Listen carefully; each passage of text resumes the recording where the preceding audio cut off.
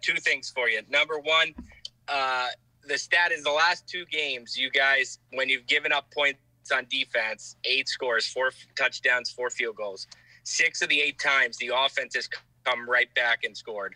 What is to that? Like, that's complimentary football at its finest. Why is that? Why is it when you guys give up defensive points, you have your best offensive drives? I don't know. It's kind of funny. I've kind of got a running joke going with Tyrod that the same kind of thing. It's like, they score and then, we go and get it right back. And I don't really quite know what the reason for that is, but it's like you said, it's great complimentary football. I mean, our defense does a great job of keeping people out the end zone, which obviously holds them to 3 or nothing, which, obviously makes your job a lot easier on offense. And, that's kind of the goal, though, is anytime the opposing offense scores is to go down there and get an answer quick. And the other thing I was going to ask is, if you look at the box scores, they don't jump out as like a 5-1 team. Like, you got outgained yesterday. The first downs are even. You don't have a ton of takeaways on defense. So does it feel like something else is going on? Like belief is breeding belief. Almost like, I hate the word magic, but like almost like something magic is going on. Like where you guys are better than the numbers actually say. Well, we kind of do a breakdown every week of kind of major categories, so like turnovers, third down percentage, explosive plays, the first half, and I'm blanking on the last one, but and special teams. And we ended up winning 3 out of the 5. So like we only got 2 takeaways, but we only turned it over once, so we won that. Our offensive third down percentage was better than theirs, and they had more explosive than us, and they won the first half. And then we won with Gary's return out to the 50. That obviously led to our first touchdown. So, and we did a good job of mitigating their returns on special teams. So, even though it might not be the flashy, Saquon ran for 200, DJ ran for 400 and threw 4, and I had 10 for 150. We still we've been effective in the areas that you need to be effective to win football games. Thank you, Darius. Paul Schwartz. Hey, Darius. How much talk is there in the locker room about 5-1, where you are in the division, where you are in the conference, things like that?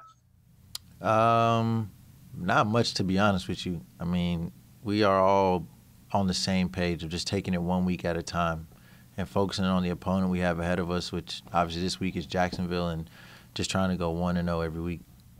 At some point, will that become more of a focus or of a discussion, when positioning and things are more appropriate? No, I don't think it will, mostly because we have experience of ignoring our record for bad reasons. So that experience is probably going to pay off if we continue this trend, and later on in the season, just ignore it and keep playing ball, keep playing good ball, and the results will take care of itself. Is it better to ignore a bad record or to ignore a good record? Much better to ignore a good one. I can attest. Thank you. Charlotte Carroll. Hey, Darius. How's it going? Good. How are you? Good. I just wanted to real quick follow up on Ryan's question. When did that start with Tyrod? Like a couple weeks ago. I mean, we've had like a couple of these games now, so I can't remember which game specifically, but a couple weeks ago. And then even Sunday I said something to him about it. I was like, man, they went and scored, and look, we came right back and scored. It's just kind of how it's been going for whatever reason. Thanks. Neil Best. You guys have gotten so much credit for what you've done in the second half and the fourth quarters, but in the first halves haven't always been great. Can you put your finger on anything about why you guys have gotten off to some slow starts and what you can do to fix that? It's hard to say specifically, but I can say that there's plays that have been there, and we've been a guy away here, a guy away there, and it just comes down to all 11 guys executing at a high level, and obviously that'll help us get faster starts. And although we have closed games well, you can always improve even the areas you're doing well in, and that just comes down to 2 men doing our jobs better. We have time for 2 more, Art Stapleton and then Dan Duggan. Me? Am I good, Maddie? Yeah, you're good, Art. All right. Didn't want to jump Dan there. Hey, Darius, how's it going, man? Good. How are you? Good. When you talk about creativity in this offense, I'm curious. I mean, you see plays that every week that you kind of wonder where they came from, at least from the outside. But obviously, you guys have been practicing these plays, and it's not something you put in on Fridays. When Dave's and Kafka and the coaching staff started putting in these offensive plays, I assume going all the way back to the spring or even in training camp, what was your reaction? Are you surprised that as much as you practiced it, you're actually using these plays that maybe back then seemed so creative that there's no way we're going to get to that in a key moment in the game? Yeah, I mean, definitely. There's so much install, and so much of the game is played within, your base install, so to speak.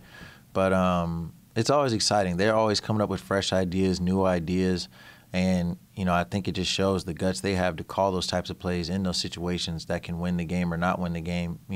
As opposed to a lot of people sometimes get cold feet and maybe go with a safe call, but I think they've done a great job of going for it and being aggressive and trying to win the football game. And then obviously at the end of the day, it doesn't really matter what they call. We got to go out there and execute it regardless. So, yeah, I think it's just exciting, keeps things fresh and new, and it's a lot of fun to be an offensive player. Thanks, sir. Last one, Dan Duggan. Hey, Darius, you talk to any coach and they say the last thing you want to be is in 3rd and long. Why, at least the last 2 weeks, why have you guys been able to convert so many of those? I don't know. You're right, though.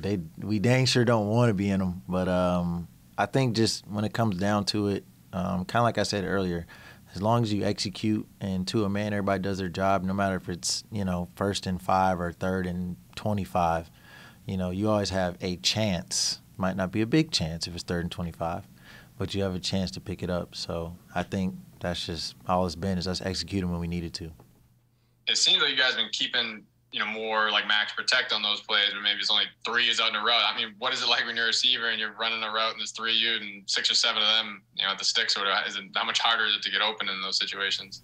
I don't really think of it that way. I think of it more as you got more time. If you got 6, 7 guys blocking, that just gives me – I'm going to find a way. I'm going to find a hole. Somebody going to slip or trip or do something. You're going to find it.